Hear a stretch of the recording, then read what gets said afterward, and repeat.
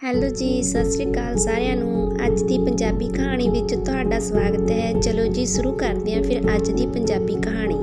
ਇੱਕ ਵਾਰ ਦੀ ਗੱਲ ਹੈ, ਇੱਕ ਬੰਦੇ ਦੀ ਜ਼ਿੰਦਗੀ ਵਿੱਚ ਸਿਰਫ ਦੁੱਖ ਹੀ ਦੁੱਖ ਸੀ। ਉਹ ਜੋ ਵੀ ਕੰਮ ਕਰਦਾ ਉਹ ਕਦੇ ਸਫਲ ਹੀ ਨਾ ਹੁੰਦਾ।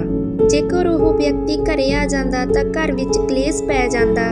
ਜੇਕਰ ਉਹ ਕਿਸੇ ਤੋਂ ਸਹਾਇਤਾ ਮੰਗਦਾ ਤਾਂ ਕੋਈ ਵੀ ਉਸ ਦੀ ਮਦਦ ਕਰਨ ਲਈ ਤਿਆਰ ਹੀ ਨਾ ਹੁੰਦਾ।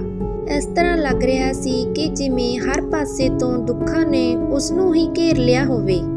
ਉਸ ਨੂੰ ਸਮਝ ਨਹੀਂ ਸੀ ਆ ਰਿਹਾ ਕਿ ਆਖਰ ਉਹ ਇਹਨਾਂ ਮੁਸੀਬਤਾਂ ਤੋਂ ਕਿਸ ਤਰ੍ਹਾਂ ਬਾਹਰ ਨਿਕਲੇ। ਉਹ ਸਾਰਾ ਦਿਨ ਸਾਰੀ ਰਾਤ ਇਹੀ ਸੋਚਦਾ ਰਹਿੰਦਾ, ਜਿਸ ਕਾਰਨ ਉਸ ਦੀ ਨੀਂਦ ਵੀ ਪੂਰੀ ਨਹੀਂ ਸੀ ਹੁੰਦੀ। ਉਸ ਦੀਆਂ ਅੱਖਾਂ ਦੇ ਆਲੇ ਦੁਆਲੇ ਕਾਲੇ ਘੇਰੇ ਬਣ ਗਏ ਸੀ, ਜੋ ਸਾਫ਼ ਦੱਸਦੇ ਸੀ ਕਿ ਉਹ ਸ਼ਖਸ ਕਿੰਨਾ ਦੁਖੀ ਹੈ। ਕਦੇ ਤਾਂ ਉਸ ਦੇ ਮਨ ਵਿੱਚ ਇਹ ਖਿਆਲ ਆਉਂਦਾ ਕਿ ਉਹ ਆਤਮ ਹੱਤਿਆ ਹੀ ਕਰ ਲਵੇ, ਪਰ ਉਸ ਦੇ ਟੱਬਰ ਦਾ ਮੋਹ ਉਸ ਨੂੰ ਹਮੇਸ਼ਾ ਇਹ ਕਦਮ ਚੱਕਣ ਤੋਂ ਰੋਕ ਲੈਂਦਾ ਸੀ। ਜਦੋਂ ਦੁੱਖਾਂ ਨੇ ਉਸ ਨੂੰ ਜ਼ਿਆਦਾ ਹੀ ਦੁਖੀ ਕਰ ਦਿੱਤਾ ਤਾਂ ਉਸ ਨੇ ਇਹਨਾਂ ਦੁੱਖਾਂ ਤੋਂ ਛੁਟਕਾਰਾ ਪਾਉਣ ਦਾ ਫੈਸਲਾ ਲਿਆ। ਇਸ ਲਈ ਉਹ ਕਿੰਨੀ ਵੀ ਮਿਹਨਤ ਕਰਨ ਲਈ ਜਾਂ ਕੁਝ ਹੋਰ ਕਰਨ ਲਈ ਤਿਆਰ ਸੀ। ਉਸ ਨੇ ਆਪਣੇ ਆਪ ਨੂੰ ਇੰਨਾ ਕੁ ਤਿਆਰ ਕਰ ਲਿਆ, ਜੇਕਰ ਉਸ ਦੇ ਅੱਗੇ ਬਲ ਦੇ ਅੰਗਿਆਰਿਆਂ ਦਾ ਦਰਿਆ ਵੀ ਆ ਜਾਵੇ ਤਾਂ ਉਹ ਉਸ ਨੂੰ ਵੀ ਨੰਗੇ ਪੈਰੀ ਪਾਰ ਕਰ ਲਵੇਗਾ। ਇੱਕ ਦਿਨ ਉਸ ਨੇ ਆਪਣੇ ਮਿੱਤਰ ਨੂੰ ਪੁੱਛਿਆ, ਆਖਿਰ ਕਿਸ ਤਰ੍ਹਾਂ ਉਹ ਆਪਣੀ ਜ਼ਿੰਦਗੀ ਵਿੱਚ ਬਦਲਾਵ ਲਿਆ ਸਕਦਾ ਹੈ। ਤਾਂ ਅੱਗਿਓਂ ਉਸ ਦੇ ਦੋਸਤ ਨੇ ਉਸ ਨੂੰ ਸਲਾਹ ਦਿੱਤੀ ਕਿ ਤੂੰ ਕਿਸੇ ਮਹਾਤਮਾ ਦੇ ਕੋਲ ਚਲਿਆ ਜਾ, ਕਿਉਂਕਿ ਉਹਨਾਂ ਕੋਲ ਐਸੇ ਮੰਤਰ ਹੁੰਦੇ ਨੇ ਜੋ ਸਭ ਦੇ ਦੁੱਖ ਦੂਰ ਕਰ ਸਕਦੇ ਨੇ। ਜਿਨ੍ਹਾਂ ਮੰਤਰਾਂ ਨਾਲ ਕਿਸੇ ਵੀ ਇਨਸਾਨ ਦੀ ਕਿੰਨਾ ਵੀ ਦੁਖੀ ਹੋਵੇ ਉਸ ਦੀ ਜ਼ਿੰਦਗੀ ਖੁਸ਼ੀਆਂ ਨਾਲ ਭਰ ਜਾਂਦੀ ਹੈ ਤੇ ਉਸ ਨੂੰ ਧਨ ਸੰਪਤੀ ਦੀ ਪ੍ਰਾਪਤੀ ਵੀ ਹੋ ਜਾਂਦੀ ਹੈ। ਤੂੰ ਬਸ ਐਸੇ ਕਿਸੇ ਸਾਧੂ ਨੂੰ ਲੱਭ ਲੈ, ਤੇਰਾ ਕੰਮ ਬਣ ਜੂ। ਉਹ ਬੰਦੇ ਦੇ ਦਿਲ ਵਿੱਚ ਇਹ ਗੱਲ ਪੂਰੀ ਤਰ੍ਹਾਂ ਘਰ ਕਰ ਗਈ ਸੀ ਕਿ ਹੁਣ ਤਾਂ ਕੋਈ ਬਾਬਾ ਹੀ ਉਸ ਦੇ ਦੁੱਖਾਂ ਨੂੰ ਦੂਰ ਕਰ ਸਕਦਾ ਹੈ। ਇਸ ਲਈ ਜਦੋਂ ਉਹਨੂੰ ਕਿਸੇ ਵੀ ਸਾਧੂ ਮਹਾਤਮਾ ਬਾਰੇ ਪਤਾ ਲੱਗਦਾ ਤਾਂ ਉਹ ਬਿਨਾਂ ਆਪਣਾ ਸਮਾਂ ਗਵਾਏ ਉਹਨਾਂ ਕੋਲ ਪਹੁੰਚ ਜਾਂਦਾ। ਉਹ ਉੱਥੇ ਜਾ ਕੇ ਉਸ ਸਾਧੂ ਨੂੰ ਆਪਣੇ ਦੁੱਖ ਦੱਸਦਾ ਤੇ ਉਹਨਾਂ ਕੋਲੋਂ ਆਪਣੀਆਂ ਮੁਸੀਬਤਾਂ ਤੋਂ ਛੁਟਕਾਰਾ ਪਾਉਣ ਲਈ ਕੋਈ ਹੱਲ ਪੁੱਛਦਾ ਤੇ ਅੱਗਿਓਂ ਕੁਝ ਵੀ ਕਰਨ ਲਈ ਤਿਆਰ ਹੋ ਜਾਂਦਾ। ਉਸ ਨੂੰ ਕਰਨ ਲਈ ਜਾਦੂ ਟੂਣੇ ਟੋਟਕੇ ਦੱਸ ਦਿੱਤੇ ਜਾਂਦੇ ਤੇ ਬਦਲੇ ਵਿੱਚ ਉਸ ਤੋਂ ਪੈਸੇ ਲੈ ਲਏ ਜਾਂਦੇ। ਉਹ ਵੀ ਇਹ ਸੋਚ ਕੇ ਪੈਸੇ ਖੁਸ਼ੀ ਦੇ ਦਿੰਦਾ ਕਿ ਇਸ ਤੋਂ ਮਗਰੋਂ ਉਸ ਦੀ ਜ਼ਿੰਦਗੀ ਵਿੱਚ ਖੁਸ਼ਹਾਲੀ ਆ ਜਾਵੇਗੀ। ਉਸ ਨੂੰ ਕਿਹਾ ਜਾਂਦਾ ਕਿ ਇਸ ਟੂਣੇ ਨੂੰ ਪੂਰੇ ਵਿਧੀ ਵਿਧਾਨ ਨਾਲ ਕਰਨਾ ਏ ਤੇ ਉਹ ਘਰ ਆ ਕੇ ਬਿਲਕੁਲ ਉਸੇ ਤਰ੍ਹਾਂ ਹੀ ਕਰਦਾ। ਪਰ ਉਸ ਤਰ੍ਹਾਂ ਦੇ ਅਨੇਕਾਂ ਟੂਣੇ ਕਰਨ ਦੇ ਬਾਵਜੂਦ ਵੀ ਉਸ ਦੀ ਜ਼ਿੰਦਗੀ ਵਿੱਚ ਕੋਈ ਵੀ ਬਦਲਾਵ ਨਹੀਂ ਸੀ ਆਇਆ। ਉਲਟਾ ਉਹ ਪਹਿਲਾਂ ਨਾਲੋਂ ਵੀ ਜ਼ਿਆਦਾ ਦੁਖੀ ਰਹਿਣ ਲੱਗ ਪਿਆ। ਆਰਥਿਕ ਪੱਖੋਂ ਤਾਂ ਉਹ ਪਹਿਲਾਂ ਹੀ ਕਮਜ਼ੋਰ ਸੀ, ਪਰ ਇਸ ਤਰ੍ਹਾਂ ਦੇ ਪਖੰਡੀਆਂ ਕੋਲ ਜਾਣ ਨਾਲ ਉਸ ਦੀ ਬਚੀ ਕੁਛੀ ਦੌਲਤ ਵੀ ਖਤਮ ਹੋਣ ਦੇ ਕੰਗਾਰ ਤੇ ਆ ਗਈ ਸੀ। ਹੁਣ ਉਸ ਨੇ ਮਹਿਸੂਸ ਕੀਤਾ ਕਿ ਬਾਬਿਆਂ ਕੋਲ ਜਾਣ ਦੇ ਨਾਲ ਉਸ ਦੀ ਜ਼ਿੰਦਗੀ ਵਿੱਚ ਦੁੱਖ ਘਟਣ ਦੀ ਬਜਾਏ ਹੋਰ ਵੀ ਵੱਧਦੇ ਹੀ ਜਾ ਰਹੇ ਨੇ। ਉਹ ਸੋਚਦਾ ਕਿ ਆਖਰ ਹੁਣ ਕੀ ਕਰੇ। ਉਹ ਬੜੀ ਗੰਭੀਰ ਚਿੰਤਾ ਵਿੱਚ ਪੈ ਜਾਂਦਾ ਏ ਕਿ ਹੁਣ ਉਹ ਬਾਬਿਆਂ ਕੋਲ ਜਾਵੇ ਜਾਂ ਨਾ ਜਾਵੇ। ਫਿਰ ਇੱਕ ਦਿਨ ਉਸ ਨੂੰ ਕਿਸੇ ਨੇ ਸਲਾਹ ਦਿੱਤੀ ਕਿ ਤੂੰ ਆਪਣੇ ਘਰ ਵਿੱਚ ਕਿਸੇ ਪੰਡਤ ਨੂੰ ਬੁਲਾ ਲੈ ਤੇ ਹਵਨ ਕਰਵਾ ਲੈ। ਜੇਕਰ ਤੇਰੇ ਘਰ ਵਿੱਚ ਹਵਨ ਹੋਵੇਗਾ ਤਾਂ ਤੇਰਾ ਘਰ ਸ਼ੁੱਧ ਹੋ ਜਾਵੇਗਾ। ਜੇਕਰ ਤੇਰੇ ਘਰ ਵਿੱਚ ਕੋਈ ਵੀ ਬੁਰੀ ਊਰਜਾ ਹੋਵੇਗੀ ਤਾਂ ਹਵਨ ਦੇ ਹੋਣ ਨਾਲ ਤੇਰੇ ਘਰ ਵਿੱਚੋਂ ਉਹ ਊਰਜਾ ਚਲੀ ਜਾਵੇਗੀ। ਜੇਕਰ ਕੋਈ ਮਾੜੀ ਬਲਾ ਵੀ ਹੋਵੇਗੀ ਉਹ ਵੀ ਟਲ ਜਾਵੇਗੀ ਤੇ ਤੇਰੇ ਘਰ ਵਿੱਚ ਸੁੱਖ ਆ ਜਾਣਗੇ। ਇਹ ਗੱਲ ਵੀ ਉਸ ਬੰਦੇ ਦੇ ਦਿਲ ਵਿੱਚ ਘਰ ਕਰ ਗਈ, ਕਿਉਂਕਿ ਆਪਾਂ ਚੰਗੀ ਤਰ੍ਹਾਂ ਜਾਣਦੇ ਹਾਂ ਕਿ ਦੁਖੀ ਬੰਦਾ ਕੀ ਨਹੀਂ ਕਰਦਾ। ਜਿਵੇਂ ਕਿ ਡੁੱਬਦੇ ਨੂੰ ਤਿਨਕੇ ਦਾ ਸਹਾਰਾ ਹੁੰਦਾ ਏ। ਉਸਨੇ ਇੱਕ ਪੰਡਤ ਨੂੰ ਆਪਣੇ ਘਰੇ ਬੁਲਾ ਕੇ ਹਵਨ ਕਰਵਾ ਦਿੱਤਾ। ਹਵਨ ਪੂਰੀ ਵਿਧੀ ਵਿਧਾਨ ਨਾਲ ਕੀਤਾ ਗਿਆ ਤੇ ਪੰਡਤ ਨੇ ਵੀ ਹਵਨ ਕਰਨ ਦੇ ਬਦਲੇ ਮੋਟੇ ਪੈਸੇ ਉਸ ਤੋਂ ਲੈ ਲਏ। ਪਰ ਕੁਝ ਦਿਨ ਲੰਘ ਜਾਣ ਦੇ ਬਾਅਦ ਵੀ ਉਸ ਬੰਦੇ ਦੀ ਜ਼ਿੰਦਗੀ ਵਿੱਚ ਕੋਈ ਬਦਲਾਵ ਨਾ ਆਇਆ।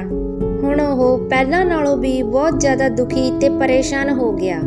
ਉਸ ਨੂੰ ਤਾਂ ਇਸ ਤਰ੍ਹਾਂ ਲੱਗਣ ਲੱਗ ਗਿਆ ਕਿ ਉਸ ਦੀ ਜ਼ਿੰਦਗੀ ਵਿੱਚੋਂ ਔਖੀਆਂ ਘੜੀਆਂ ਕਦੇ ਵੀ ਖਤਮ ਨਹੀਂ ਹੋਣਗੀਆਂ।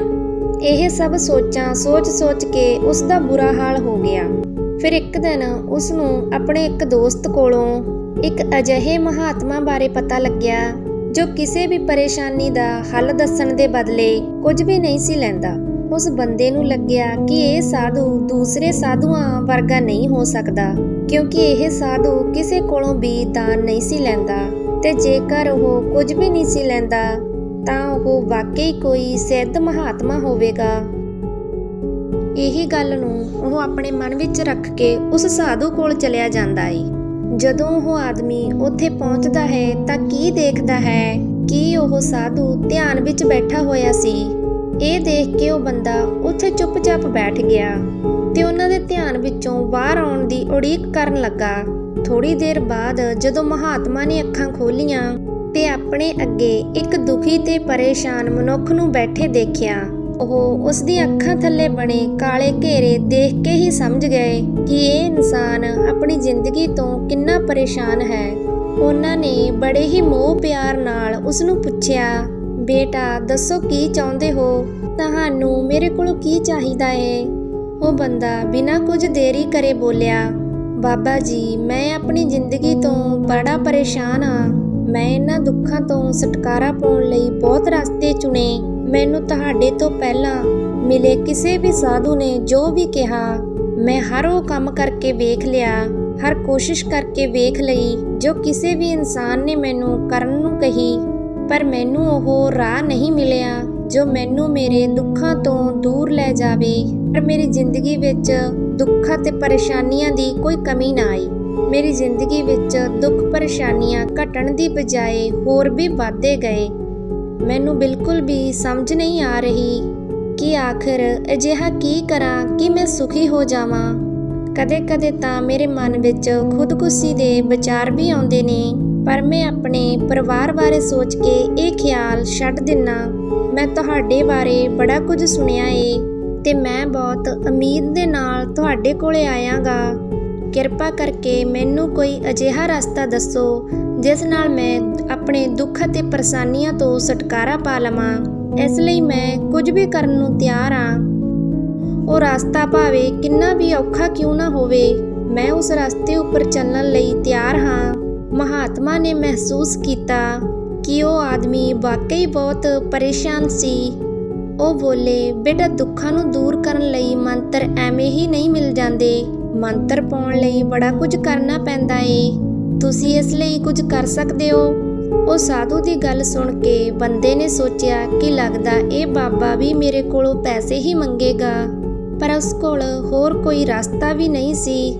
ਉਸਨੇ ਕਿਹਾ ਕਿ ਬਾਬਾ ਜੀ ਤੁਹਾਨੂੰ ਜੋ ਵੀ ਚਾਹੀਦਾ ਹੈ ਮੈਂ ਤੁਹਾਨੂੰ ਦੇਣ ਲਈ ਤਿਆਰ ਹਾਂ, ਪਰ ਤੁਹਾਡਾ ਮੰਤਰ ਸੱਚਾ ਹੋਣਾ ਚਾਹੀਦਾ ਏ ਤੇ ਉਸ ਦਾ ਫਲ ਮੈਨੂੰ ਮਿਲਣਾ ਚਾਹੀਦਾ ਏ। ਉਸ ਦੇ ਬਦਲੇ ਤੁਹਾਨੂੰ ਜੋ ਵੀ ਚਾਹੀਦਾ ਏ ਮੈਂ ਤੁਹਾਨੂੰ ਦੇ ਦੇਵਾਂਗਾ। ਉਹ ਮਹਾਤਮਾ ਬੋਲੇ, ਦਾਨ ਦਕਸ਼ਨਾ ਤਾਂ ਬਹੁਤ ਛੋਟੀ ਜਿਹੀ ਚੀਜ਼ ਏ, ਉਹ ਨਹੀਂ ਮੈਨੂੰ ਚਾਹੀਦੀ। ਉਹ ਸ਼ਖਸ ਆਪਣੀ ਸੋਚ ਮੁਤਾਬਕ ਸੋਚ ਸਮਝ ਕੇ ਬੋਲਿਆ, ਹੇ ਮਹਾਤਮਾ ਮੈਂ ਬਲ ਦੇ ਅੰਗਾਰਿਆਂ ਤੇ ਵੀ ਚੱਲਣ ਲਈ ਤਿਆਰ ਹਾਂ। ਉਹ ਸਾਧੂ ਬੋਲੇ, ਅੰਗਿਆਰਿਆਂ ਤੇ ਚੱਲਣ ਵਾਲੀ ਛੋਟੀ ਚੀਜ਼ ਮੈਂ ਤੇਰੇ ਤੋਂ ਨਹੀਂ ਕਰਵਾ ਸਕਦਾ। ਮੈਂ ਜੋ ਤੇਰੇ ਤੋਂ ਕਰਵਾਉਣ ਵਾਲਾ ਉਹ ਬਹੁਤ ਹੀ ਔਖਾ ਮੰਤਰ ਏ। ਮੈਨੂੰ ਤਾਂ ਇਹ ਸ਼ੱਕ ਹੈ ਕਿ ਤੂੰ ਉਸ ਨੂੰ ਪੂਰਾ ਕਰ ਵੀ ਲਵੇਂਗਾ। ਉਸ ਮਨੁੱਖ ਨੇ ਕਿਹਾ ਕਿ ਤੁਸੀਂ ਮੈਨੂੰ ਦੱਸੋ ਤਾਂ ਸਹੀ, ਮੈਂ ਕੁਝ ਵੀ ਕਰ ਸਕਦਾ।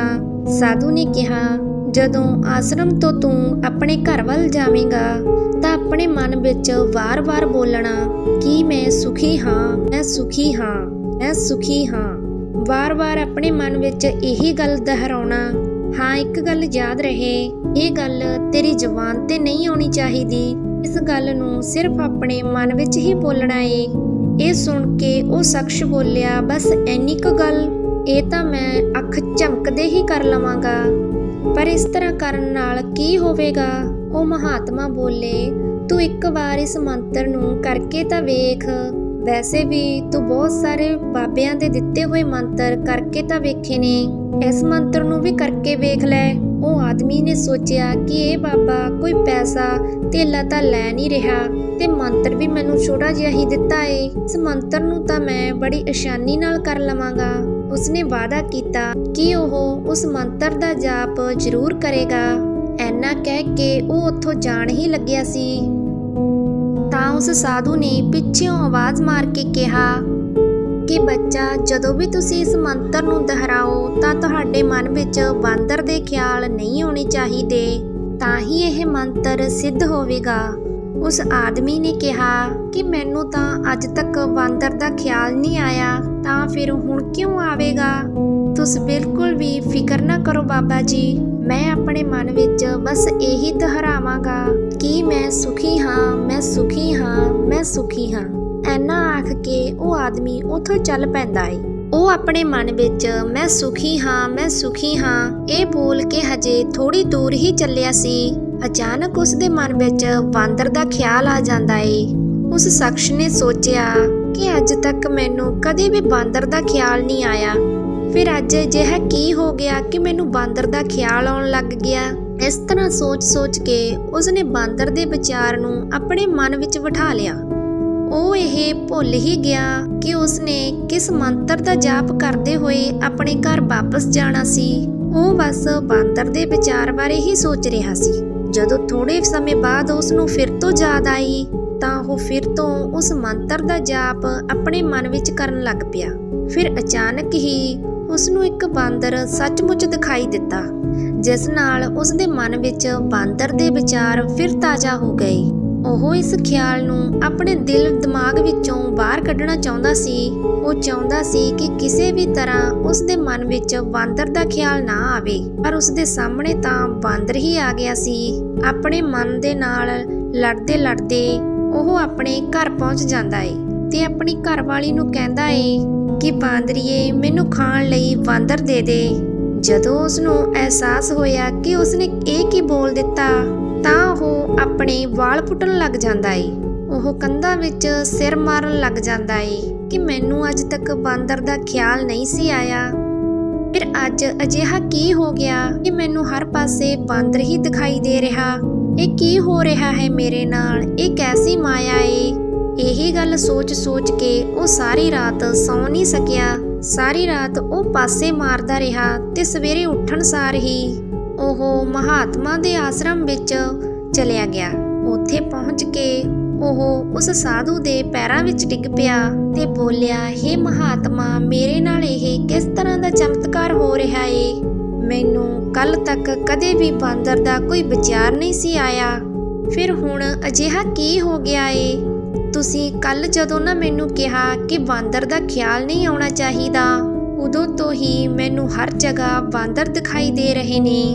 ਹੁਣ ਵੀ ਇੱਕ ਬਾਂਦਰ ਤੁਹਾਡੇ ਪਿੱਛੇ ਰੁੱਖ ਤੇ ਬੈਠਾ ਕੇਲੇ ਖਾ ਰਿਹਾ ਏ। ਆਖਿਰ ਇਹ ਮੇਰੇ ਨਾਲ ਕੀ ਹੋ ਰਿਹਾ ਏ? ਇਹ ਸੁਣ ਕੇ ਉਹ ਸਾਧੂ ਹੱਸਣ ਲੱਗ ਜਾਂਦੇ ਨੇ। ਉਹ ਬੋਲੇ ਕਿ ਮਨ ਦਾ ਜਾਲ ਇੱਕ ਐਸਾ ਜਾਲ ਏ ਜਿਸ ਨੂੰ ਸਮਝਣਾ ਇੰਨਾ ਸੌਖਾ ਹੀ ਨਹੀਂ। ਬਾਂਦਰ ਤਾਂ ਪਹਿਲਾਂ ਵੀ ਤੇਰੇ ਰਾਹਾਂ ਵਿੱਚ ਆਉਂਦੇ ਸੀ। ਜਦੋਂ ਕੱਲ ਤੂੰ ਇੱਥੇ ਆਇਆ ਸੀ ਤਾਂ ਇਹ ਬਾਂਦਰ ਇਹਨਾਂ ਰੁੱਖਾਂ ਤੇ ਹੀ ਘੁੰਮ ਰਹੇ ਸੀ, ਪਰ ਉਦੋਂ ਤੇਰੇ ਖਿਆਲਾਂ ਵਿੱਚ ਇਹ ਬਾਂਦਰ ਨਹੀਂ ਸੀ। ਉਦੋਂ ਤੇਰੇ ਖਿਆਲਾਂ ਵਿੱਚ ਸਿਰਫ ਆਪਣੇ ਦੁੱਖ ਸੀ। ਅਸੀਂ ਜਿਹੜੀ ਚੀਜ਼ ਤੋਂ ਦੂਰ ਭੱਜਣਾ ਚਾਹੁੰਦੇ ਹਾਂ, ਉਹ ਚੀਜ਼ ਸਾਡੇ ਅੰਦਰ ਬਹੁਤ ਗਹਿਰੀ ਤੇ ਡੂੰਘੀ ਚਲੀ ਜਾਂਦੀ ਏ। ਅਸਲ ਵਿੱਚ ਜਿਸ ਚੀਜ਼ ਤੋਂ ਅਸੀਂ ਛੁਟਕਾਰਾ ਪਾਉਣਾ ਚਾਹੁੰਦੇ ਹਾਂ, ਉਹ ਇਸ ਲਈ ਚਾਹੁੰਦੇ ਹਾਂ ਕਿਉਂਕਿ ਉਹ ਸਾਡੇ ਨਾਲ ਬਹੁਤ ਗਹਿਰਾਈ ਤੋਂ ਜੁੜੀ ਹੁੰਦੀ ਏ ਤੇ ਆਖਿਰ ਉਹ ਸਾਡੇ ਅੰਦਰ ਤੱਕ ਸਾ ਜਾਂਦੀ ਏ। ਉੱਪਰੋਂ ਤਾਂ ਅਸੀਂ ਸੁਖੀ ਹੋਣਾ ਚਾਹੁੰਦੇ ਹਾਂ, ਪਰ ਸਾਡੀ ਜ਼ੁਬਾਨ ਕੁਝ ਹੋਰ ਹੀ ਬੋਲਦੀ ਏ। ਮਤਲਬ ਸਾਡੇ ਵਿਚਾਰ ਸਾਡੀ ਚਾਹਤ ਨਾਲ ਮੇਲ ਨਹੀਂ ਖਾਂਦੇ। ਸਾਡੇ ਮਨ ਵਿੱਚ ਤੇ ਸਾਡੇ ਵਿਚਾਰਾਂ ਵਿੱਚ ਸਾਨੂੰ ਦੁੱਖ ਹੀ ਦੁੱਖ ਦਿਖਾਈ ਦਿੰਦੇ ਨੇ। ਇਸ ਲਈ ਬਾਰ-ਬਾਰ ਇਹ ਬੋਲਣ ਨਾਲ ਕਿ ਮੈਂ ਸੁਖੀ ਹਾਂ, ਕਿ ਮੈਂ ਸੁਖੀ ਹਾਂ, ਮੈਂ ਸੁਖੀ ਹਾਂ, ਅਸੀਂ ਉਦੋਂ ਤੱਕ ਸੁਖੀ ਨਹੀਂ ਹੋ ਸਕਦੇ ਜਦੋਂ ਤੱਕ ਇਹ ਮੰਤਰ ਸਾਡੇ ਧੁਰ ਅੰਦਰ ਤੱਕ ਨਹੀਂ ਲੈ ਜਾਂਦਾ। ਇਸ ਲਈ ਆਪਣੇ ਦੁੱਖ ਤਕਲੀਫਾਂ ਨਾਲ ਲੜਨਾ ਬੰਦ ਕਰ ਦਿਓ। ਜਦੋਂ ਤੱਕ ਤੁਸੀਂ ਆਪਣੇ ਦੁੱਖਾਂ ਨੂੰ ਦੂਰ ਕਰਨ ਬਾਰੇ ਸੋਚਦੇ ਰਹੋਗੇ, ਉਦੋਂ ਤੱਕ ਦੁੱਖ ਤੁਹਾਡੇ ਨਾਲ ਹੀ ਚਿਪਕੇ ਰਹਿਣਗੇ ਤੇ ਜਿਸ ਦਿਨ ਤੁਸੀਂ ਉਸ ਦੁੱਖਾਂ ਬਾਰੇ ਸੋਚਣਾ ਹੀ ਛੱਡ ਦਿੱਤਾ, ਉਸ ਦਿਨ ਤੋਂ ਤੁਹਾਡੀ ਜ਼ਿੰਦਗੀ ਵਿੱਚੋਂ ਉਹ ਦੁੱਖ ਦੂਰ ਭੱਜ ਜਾਣਗੇ। ਅਕਸਰ ਹੀ ਇਨਸਾਨ ਆਪਣੀਆਂ ਬੁਰੀਆਂ ਆਦਤਾਂ ਛੱਡਣਾ ਚਾਹੁੰਦਾ ਏ, ਜਾਂ ਸ਼ਰਾਬ ਛੱਡਣਾ ਚਾਹੁੰਦਾ ਏ। ਸਵੇਰੇ ਉਹ ਇਹ ਸੋਚ ਕੇ ਉੱਠਦਾ ਹੈ ਕਿ ਅੱਜ ਤੋਂ ਉਹ ਕੋਈ ਵੀ ਗਲਤ ਕੰਮ ਨਹੀਂ ਕਰੇਗਾ, ਪਰ ਰਾਤ ਤੱਕ ਉਹੀ ਇਨਸਾਨ ਨਸ਼ੇ ਵਿੱਚ ਚੂਰ ਹੋ ਕੇ ਆਉਂਦਾ ਏ। ਆਖਿਰ ਅਜਿਹਾ ਕਿਉਂ ਹੁੰਦਾ ਏ ਕਿ ਜੋ ਅਸੀਂ ਸੋਚਦੇ ਹਾਂ ਉਹ ਕਿਉਂ ਨਹੀਂ ਕਰ ਪਾਉਂਦੇ। ਜਦੋਂ ਵੀ ਅਸੀਂ ਉਸ ਚੀਜ਼ ਬਾਰੇ ਸੋਚਦੇ ਹਾਂ ਤਾਂ ਅਸੀਂ ਉਸ ਨੂੰ ਹੋਰ ਜ਼ਿਆਦਾ ਅਹਿਮੀਅਤ ਦਿੰਦੇ ਹਾਂ। ਅਸੀਂ ਜਿੰਨਾ ਜ਼ਿਆਦਾ ਕਿਸੇ ਚੀਜ਼ ਤੋਂ ਦੂਰ ਜਾਣ ਬਾਰੇ ਸੋਚਦੇ ਹਾਂ, ਸਾਡਾ ਮਨ ਉਸ ਚੀਜ਼ ਪਿੱਛੇ ਜ਼ਿਆਦਾ ਦੌੜੇਗਾ। ਸਾਨੂੰ ਉਸ ਖਿਆਲ ਨਾਲ ਕਦੇ ਵੀ ਲੜਨਾ ਨਹੀਂ ਚਾਹੀਦਾ, ਸਗੋਂ ਬਿਨਾਂ ਕੁਝ ਸੋਚੇ ਸਮਝੇ ਉੱਥੋਂ ਗੁਜ਼ਰ ਜਾਣਾ ਚਾਹੀਦਾ ਏ। ਜੇਕਰ ਅਸੀਂ ਇਸ ਮੰਤਰ ਨੂੰ ਸਮਝ ਲੈਂਦੇ ਹਾਂ ਤਾਂ ਅਸੀਂ ਆਪਣੀ ਜ਼ਿੰਦਗੀ ਵਿੱਚ ਜੋ ਵੀ ਪਾਉਣਾ ਚਾਹੁੰਦੇ ਹਾਂ ਤਾਂ ਉਸ ਨੂੰ ਆਪਣੇ ਧੁਰ ਅੰਦਰ ਤੱਕ ਵਸਾ ਸਕਦੇ ਹਾਂ। ਜੇਕਰ ਇੱਕ ਵਾਰ ਸਾਡਾ ਲਕਸ਼ ਸਾਡੇ ਅੰਦਰ ਤੱਕ ਬੈਠ ਗਿਆ ਤਾਂ ਜ਼ਿੰਦਗੀ ਦੇ ਰਾਹ ਸੌਖੇ ਹੋਣੇ ਸ਼ੁਰੂ ਹੋ ਜਾਂਦੇ ਨੇ। ਸੋ ਦੋਸਤੋ, ਤੁਹਾਨੂੰ ਇਸ ਕਹਾਣੀ ਤੋਂ ਬਹੁਤ ਕੁਝ ਸਿੱਖਣ ਨੂੰ ਮਿਲਿਆ ਹੋਵੇਗਾ। ਇਸ ਗਿਆਨ ਨੂੰ ਤੁਸੀਂ ਆਪਣੀ ਜ਼ਿੰਦਗੀ ਵਿੱਚ ਜ਼ਰੂਰ ਲਾਗੂ ਕਰਿਓ। ਜੇ ਕਹਾਣੀ ਵਧੀਆ ਲੱਗੀ ਹੋਈ ਤਾਂ ਪਲੀਜ਼ ਸਾਡੇ ਚੈਨਲ ਨੂੰ ਸਬਸਕ੍ਰਾਈਬ ਐਂਡ ਵੀਡੀਓ ਨੂੰ ਲਾਈਕ ਵੀ ਜ਼ਰੂਰ ਕਰਨਾ।